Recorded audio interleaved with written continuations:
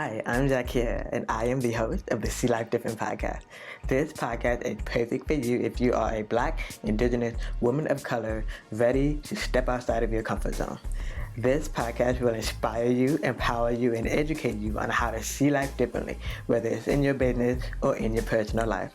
I am a cancer survivor, brand cultivating strategist, author, and world traveler. Let's get into it.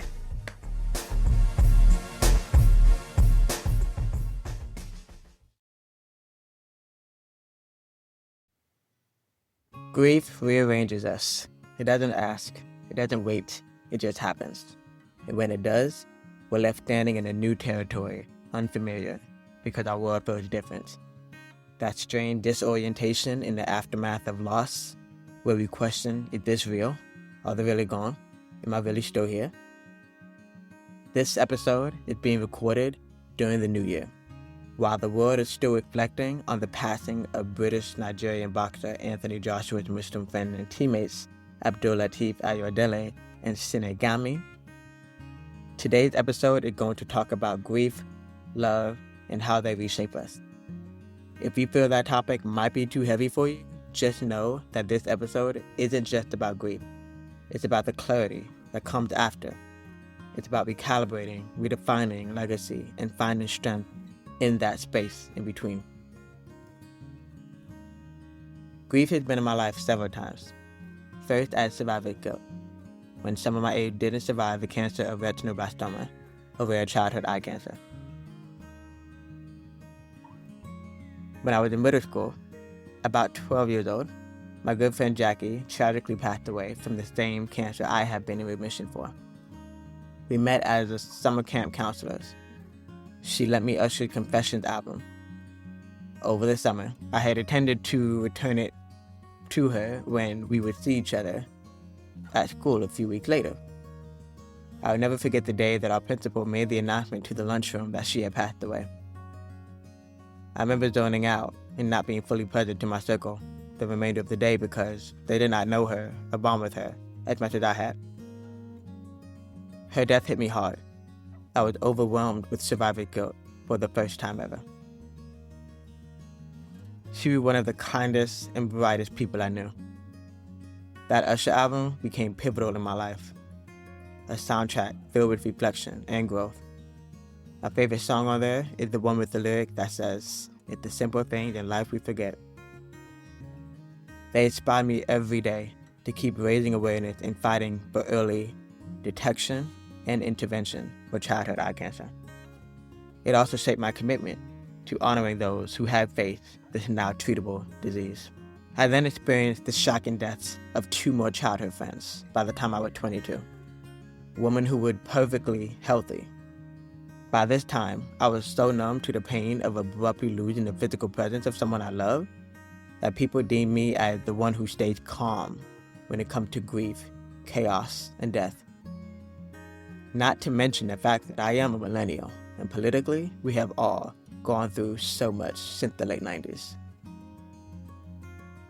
The next type of griefs come through celebrities whose tragic passings shocked and rocked the world, including my own favorites, such as Aaliyah, Lisa Left Eye Lopez, Michael Jackson, Luther Vandross, Kobe Bryant, and Chadwick Boseman, to name a few. The most common type of grief comes from our own immediate family members, grandmothers, aunts, uncles, fathers, sisters. In the years 2024 and 2025, I was often traveling, living life, fulfilling my purpose whenever I received the news of the passing of a loved one.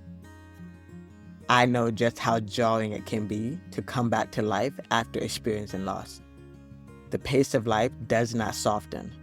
The expectations do not slow down. Life goes on for everyone around you, especially if you are the one who has to deal with the legal headaches that come with deaths and burials and beneficiaries and words of testaments. What I've come to realize is that grief does not just reset, it recalibrates. Think about recalibration in the way a chiropractor thinks about alignment. Not fixing something broken, but adjusting what's been carrying too much weight. Grief is the reason why I see life differently, why I live life differently. It changed my relationship with time. I don't rush through my days or force myself into rhythms that don't fit. I do fewer things with more intention. It redefined my sense of peace, what feels grounding, what feels loud, what feels honest, what brings joy. Nothing launches forward without first going back. Think about a slingshot. It has to slowly be pulled back before it can propel forward. A boomerang has to move away before it can return. This season of stepping back, of moving deliberately, isn't hesitation. It's gathering strength. It's recuperating, it's recalibration before motion.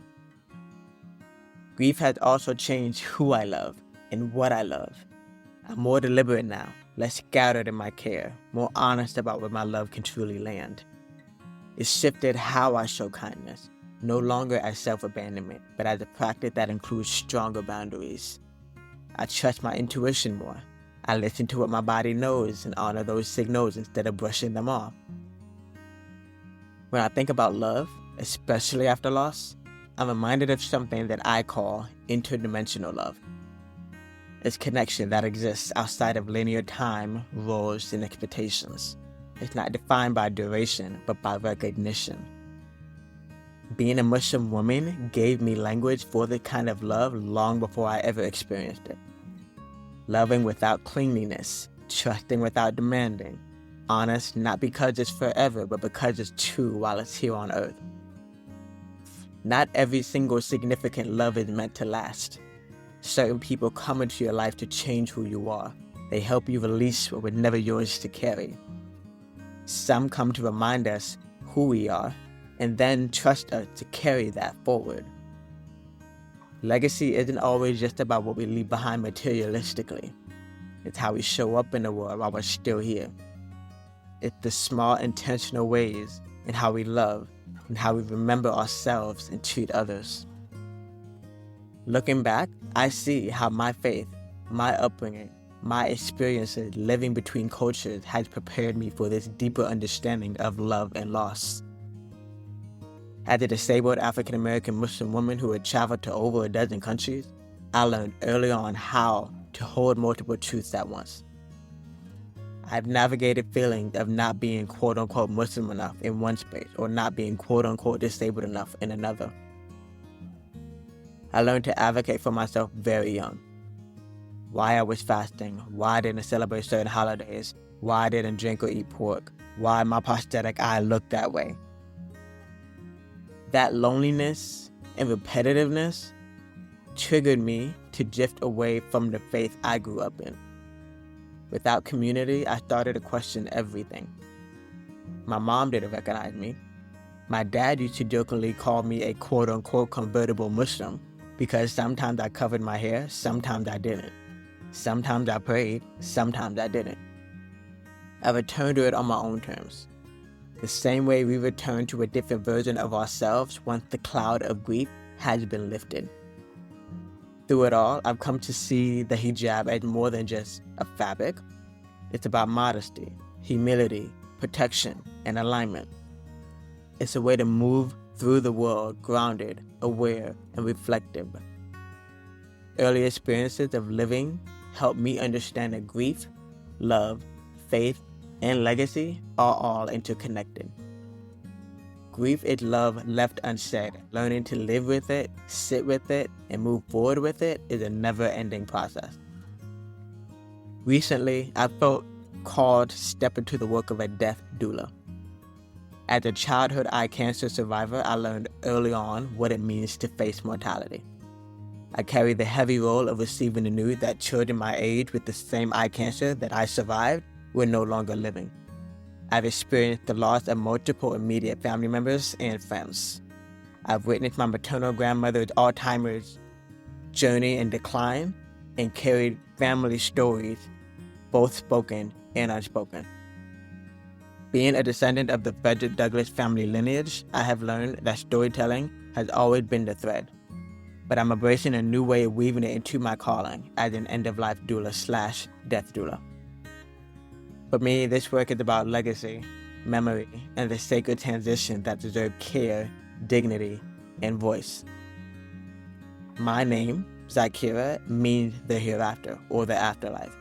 So it feels like no coincidence that this path is part of my life's purpose. As you move into this new year, I invite you to reflect on 3 things. Ask yourself these 3 questions. How has your life been shifted by unparalleled experiences? What has grief taught you about love? How has it reshaped the way you move through the world while keeping your legacy in the front of your mind? Thank you for listening and allow me to share my voice with you. May this year bring you clarity, intention, strength, and abundance. If you feel called to connect with me, you can leave a review of this podcast publicly on Apple Podcasts or wherever you are listening to your podcast. You can leave a comment on YouTube. You can leave a comment or a review on Spotify.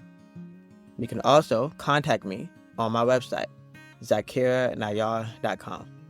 That's ZaakirahNayyar.com.